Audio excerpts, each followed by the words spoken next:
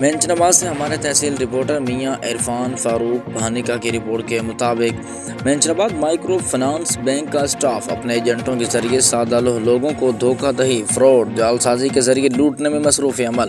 متاثرین کی کثیر تعداد نے مائکرو فنانس بینکوں کی تاریخی فراڈ پر احتجاج کیا۔ دیہاتی لوگوں کی کثیر تعداد نے احتجاج کے دوران کہا کہ یہ مائکرو فنانس بینک نہیں بلکہ ظلم کے اڈے ہیں۔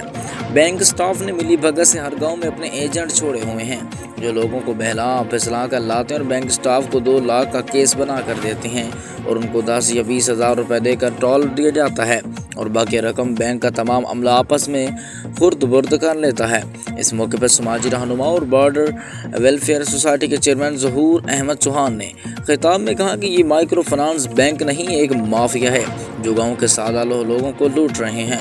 خاندان کے تمام افراد ان کے چنگل میں پھنس کر ڈیفالٹر ہو چکے ہیں جبکہ ان کی رقم بینک والوں نے خود ہتھیا لی ہے اور جن لوگوں نے پیسے جمع کروائے ہیں ان کی رسیدیں تو موجود ہیں مگر اکاؤنٹ میں رقم جمع نہیں ہوئی۔ اس موقع پر سلیم بلوچ سیکریٹری بار کونسل منچ نواز نے ظہور احمد چوہان اور متاثرہ افراد کو بار کونسل منچ نواز کی طرف سے اس ظلم کے خلاف قانونی جنگ لڑنے کی اور ساتھ دینے کی مکمل یقین دہانی بھی کروائی۔ اس موقع پر مختلف معززین علاقہ نے بھی خطاب کیا۔ متاثرہ افراد کی احتجاج ریلی مدنی چوک سے ہوتی ہوئی تحصیل پریس کلب کے سامنے اختتام پذیر ہوئی۔